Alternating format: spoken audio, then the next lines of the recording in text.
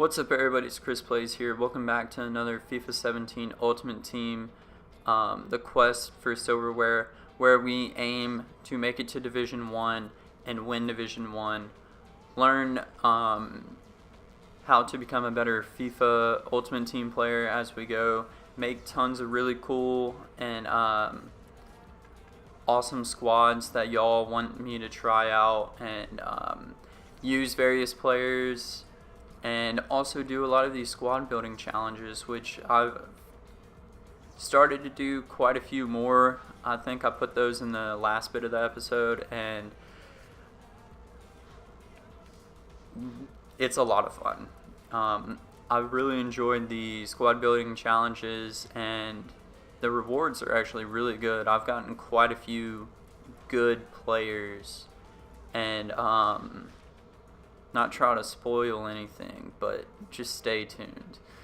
And so in the first game, I come up against a guy with 69 chemistry, and I was very confident going into this game because even his gold players didn't look too good at all. But I didn't really start off too well with going down 1-0, but there was still tons of time to come back. But I'm not really going to talk too much about the gameplay today. I'm more going to talk about just soccer in general, like real world soccer.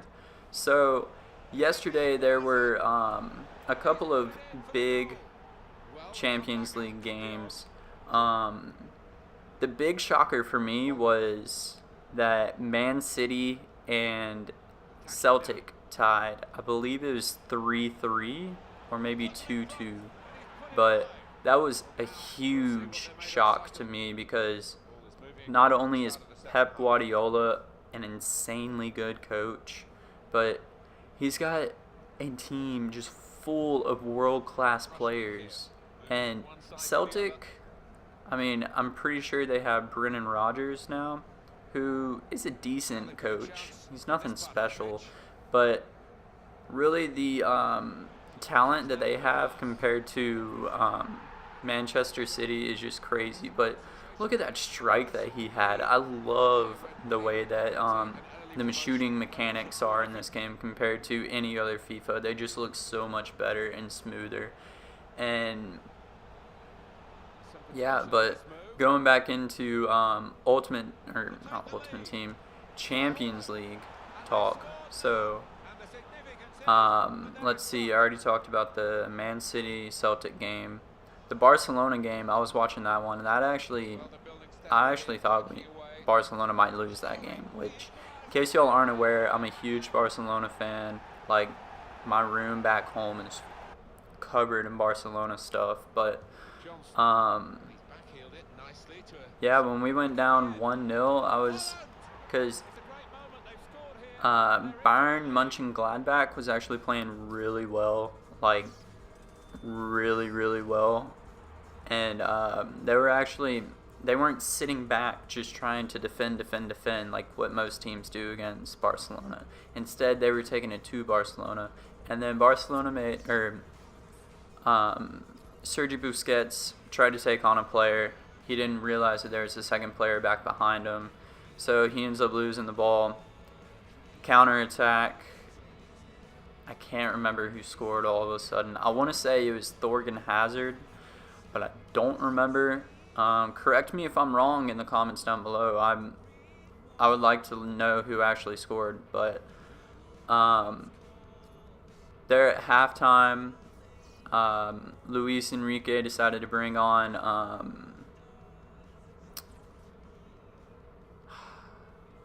all of a sudden my mind is drawing a blank, but he made a sub at halftime. He made a sub a couple minutes later, and Arda Turan was one of those subs, and he comes in and he scores actually a really nice goal. He just put it in the top of the net. Like, it was just crazy. And literally, top net is the best net, in case y'all aren't aware. I got that saying from Air Jabes FIFA, so if you haven't seen any of his Path to Power stuff, you should go check it out. He is the whole reason I decided to start doing this series, because I've watched it every year for like the last 3 or 4 years. But Um, so that was actually a really nice goal. I was not expecting to score that off of the corner, and I'm so bad from set pieces this year. Last year I was pretty good with free kicks, corners. I just played short and then swung in the back post cross.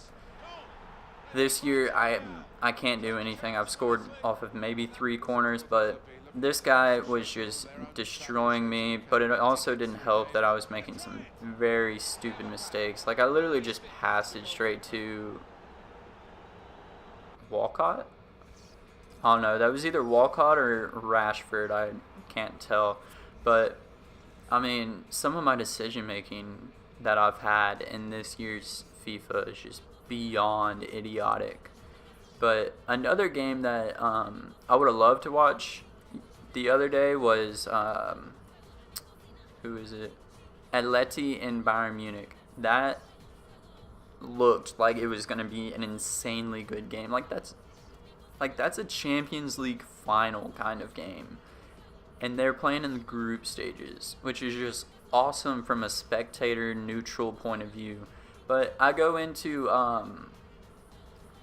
complete some more squad builder challenges, and that one I went ahead and built on my phone because that one was the easiest to build. But I wouldn't really recommend building squads on your phone because it's so hard, and you spend a lot of time going from the squad builder challenge over to your club to like see if there's anybody in there, to then go into the transfer list if you need to buy someone, and it was just very time consuming. But I eventually was able to get it done, and I didn't really get anybody too special in my pack, but I got a silver MLS player, and right now that squad building challenge for the Giovinco is still up, so I decided to sell him, and he turns out selling for like, I listed him for 3,600, and this guy, I think I listed him for like 700 or 800 maybe. But so far it seems like squad builder challenges are definitely giving out more than you have to spend to do them, and for some of them, like that first one, I didn't spend like any money. I think I bought 2 or 3 players, but in this one I bought basically the entire team. I'm kind of upset that I bought Intep because he costed me around 2,000 coins when I could have bought some other player for like a couple hundred to maybe 1,000 coins. But it is what it is. And so I get another, I think this was just a rare players pack. No, Jumbo Premium Gold pack. And this pack was alright. It had another BPL player, which all BPL players are selling for, even like non-rare golds are selling for a couple hundred. So at first I was like, oh, this pack sucks. And then I realized that I believe it's Bournemouth. I think that was the proper club, was Bournemouth. Let me know what club that is too. I'm 99% sure it's Bournemouth, and this guy I know for sure is Watford. Both of them end up selling on, which was very nice. You actually see that I end up selling most of these players under what their actual value is, but it is what it is. I got the coins. That's really all what I cared about, was just getting the coins for them. If I miss out on a couple hundred coins here, a couple hundred coins there, I'm not too upset, but I'd still like to maximize the amount of coins I can get. So I decided to keep the fitness cards because I believe once the what's that? The weekend tournament challenge thing, whatever it's actually called. I believe that once that comes out, because everybody's going to be wanting to use their best teams and not use a squad, like rotating their squads to their second team or a team that they aren't 100% comfortable with. People are going to be buying fitness cards, squad fitnesses, contracts, all that stuff on the weekend. So right now I'm just holding on to all the fitness stuff, and I'm probably going to unload it I think it's next weekend is when that tournament first comes out. But I opened one bronze pack while I was on my phone when I was doing that squad builder challenge. Didn't get anybody in it. Decided to sell a couple of the consumables. But I'll go on to finish the last one, which I believe you had to have 9 different nations with 99 chemistry. So I made a Ligue 1 squad, just like I did for the last one. And in this one, I got a premium gold players pack, I'm pretty sure. And then I got one jumbo premium gold pack. I think that's what it was. Plus, I also get 5,000 coins. So at the end of doing all 4 of those squad builder challenges, I maybe lost a couple, like 2,000 to 3,000 coins at this point before I opened up these 2 packs, which I think that's a 25k pack, and I don't know what the other one is, but across those 2, having to make up a couple thousand coins is not bad at all, especially when you get lucky and you get Dembele, who ends up selling for like 22,000 or something like that. So I didn't want to spoil it in the beginning, but I got an insane pack pull. I jumped out of my chair and kind of ran around my dorm room a little bit because I was super happy. And yeah, so this really sets me up nice for the rest of the series, because I just got a player that was 22,000 and I spent maybe 10,000 to get him. So that was really well. Plus I was always making that money back, so it's not like I really lost money to get him. And then I also got Kurt Zuma, who sold for a couple thousand coins. And then I saw Amavi in there, who's another BPL player, so I sold him. And usually Celtic players sell pretty much anything Celtic related sells. So I decided to just go ahead and list everything up because I wasn't going to use them. Go ahead and list them up, try and get a couple hundred coins there, a couple hundred coins there, here and there, eventually that accumulate, and next thing you know, I'll have 100,000 coins. Who knows?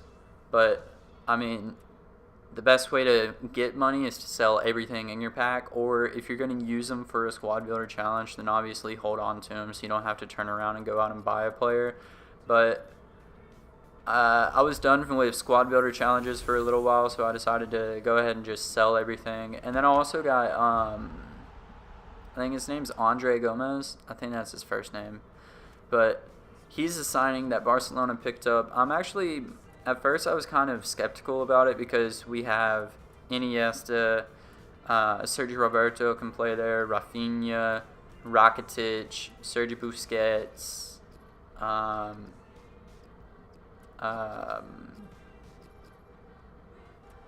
Mascherano can also go up and play defensive mid. So we have plenty of different options in the midfield. And Turan can also play there. So I was really kind of surprised that Barcelona bought him, but I haven't really watched him play yet, so I can't say one way or the other about it being a good buy. But that's where I'm going to have to leave it here. You see a couple of players sell on. We're still waiting for the Dembele to sell, but once he sells, we're going to be in great shape. But I'm going to have to leave it here. If you enjoyed, please hit that like button. It really shows that you're enjoying and wanting to see more. Don't forget to subscribe for more so you don't miss out on anything in the future. And please leave a comment down below about what you like or what you want to see different in the future. And I'm going to have to leave it here. Thank you for watching.